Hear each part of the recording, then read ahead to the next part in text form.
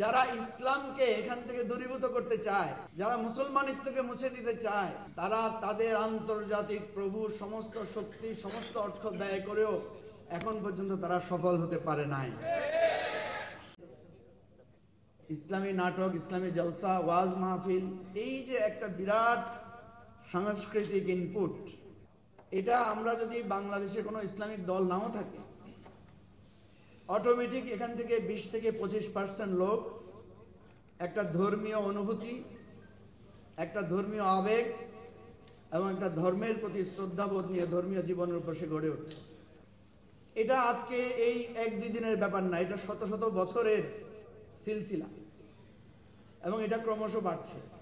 এটা বাড়তে বাড়তে এটা কোথায় গিয়েছে? এখন টেলিভিশনগুলোয় দেখবেন অপরিহার্য হয়ে গেছে ইসলামী আলোচনা, মাসলা মাসাইলের আলোচনা, ইসলামিক সেমিনার।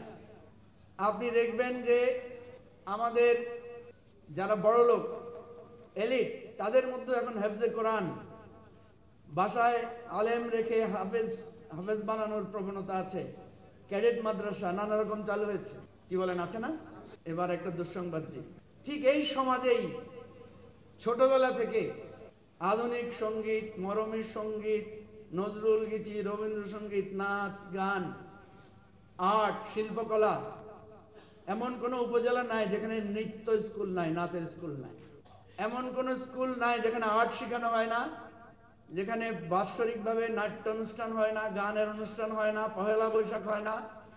এইটা বাড়তে বাড়তে সমাজ, সংস্কৃতি, টেলিভিশন, মিডিয়ার, আপনার ফিল্ম, এটা একটা সেক্টর, এটা একটা ইন্ডাস্ট্রি আকারে গড়ে উঠেছে। বাংলাদেশে যদি কোনো রাজনৈতিক দল বা প্রগতিশীল চর্চা নাও থাকে, তাও আপনি দেখবেন সমাজে 20 থেকে 25% মানুষ এই চেতনায় গড়ে উঠছে, যারা মনে করে যে ধর্ম হচ্ছে আমাদের প্রগতির অন্তরায়। আমি কি ভুল কিছু বললাম? এই যে 25% আর 25% মুখোমুখি দাঁড়িয়ে যাচ্ছে আমাদের সমাজ থেকে, এই দ্বন্দ্ব আমাদের নিজ থেকে উঠে আসছে, এই দ্বন্দ্ব। সেই জন্য আপনি দেখবেন যারা ইসলামকে এখান থেকে দূরীভূত করতে চায়, যারা মুসলমানিত্বকে মুছে দিতে চায়, তারা তাদের আন্তর্জাতিক প্রভুর সমস্ত শক্তি, সমস্ত অর্থ ব্যয় করেও এখন পর্যন্ত তারা সফল হতে পারে নাই। ঠিক এর উপরের দিকে আবার খারাপ দৃশ্য আছে।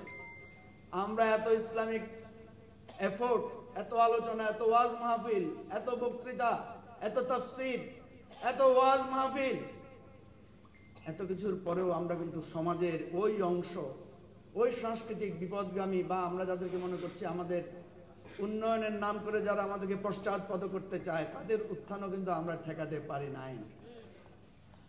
সুতরাং এই দুইমুখী শক্তির মাঝখানে যারা আছে, তারাই কিন্তু আমাদের সমাজকে নেতৃত্ব দিচ্ছে। আমি এত বড় কথা বলে আপনাদের কাছে হতে চাই না। আমার কথা হচ্ছে, এখানে গভীরভাবে ভাবতে হবে যে এই লড়াই কি আমরা করব, নাকি এখানে আমরা কোনো সন্ধি করব। লড়াই অবশ্যই করব, কিন্তু লড়াইয়ের সাথে হিকমত এবং কৌশল গুরুত্বপূর্ণ। কি বলেন, ঠিক না? সেজন্য আমি আপনাদেরকে দুই একটা দিকে দৃষ্টি আকর্ষণ করতে চাই। দেখেন, ঢাকা বিশ্ববিদ্যালয়ে মাদ্রাসা ছাত্রদের ভর্তি বন্ধের জন্য অনেক চেষ্টা করা হয়েছে। সেখানে আমরা অনেক লড়াই করেছি, একটা লড়াই আমরা বিজয়ী হয়েছি, হারাতে পারে নাই। যখন দেখা গেছে যে প্রত্যেকটা ইউনিটি ভর্তি পরীক্ষায় মাদ্রাসার ছাত্ররা প্রথম হয়, দ্বিতীয় হয়, তাহলে লড়াই কোনটা বেশি মজবুত? এই যে আমি মেধার স্বাক্ষর রাখলাম, এটা কিন্তু তারা মোকাবেলা করতে পারে নাই, এটা দিয়ে আমি তাদেরকে হারিয়েছি। সেজন্য আমাদের যে 5ই মে যেই নারকীয় হত্যাকাণ্ড হয়েছে, আমি সেই মামলার একজন সাক্ষী। এই গণহত্যা মামলা করার জন্য দাবি তুলে আমরা একটা মামলাও করেছি, এবং সেই মামলার আমি একজন খুবই গুরুত্বপূর্ণ সাক্ষী। এই জায়গা থেকে আমি আলেম ওলামাদেরকে অত্যন্ত শ্রদ্ধা করি, ভালোবাসি, এবং তারাও আমাকে খুব স্নেহ করেন। আমি দুইটা কথা বলে শেষ করছি। প্রথম কথা হয়েছে, এই যে আমাদের শ্রদ্ধেয় শিরিন পারভিন হক, যিনি এই নারী সংস্কার কমিটির নেতৃত্ব দিয়েছেন, উনার স্বামীকে আপনারা চিনেন, উনি ডক্টর জাফরুল্লাহ চৌধুরী। উনার জানাজায় যখন গেলাম, কবর দেওয়ার সময় আমি খুব জোরে জোরে কলেমা শাহাদাত পড়ছিলাম। তো সেখানে অর্ধেক পুরুষ অর্ধেক নারী, মানে এটা কিছু মাইন্ড করেন না, আমি এটা বলছি কারণ আমাদের বোঝার জন্য, যেহেতু কারণ সবাই তো একদিকে আলোচনা করছে, আমি একটু ভিন্ন মাত্রায় আলোচনা করছি, রাগ করতেছেন না তো? আমি জোরে জোরে যখন কলেমা শাহাদাত পড়ছিলাম, তখন আশেপাশে সবাই আমার দিকে তাকাচ্ছিল। একটু পরে দেখলাম আমার সাথে আরো 5-7 জন এসে কালেমা শাহাদাত পড়া শুরু করলো। কিছুক্ষণ পরে দেখলাম মহিলারা সবাই মাথায় কাপড় দিয়ে দিল।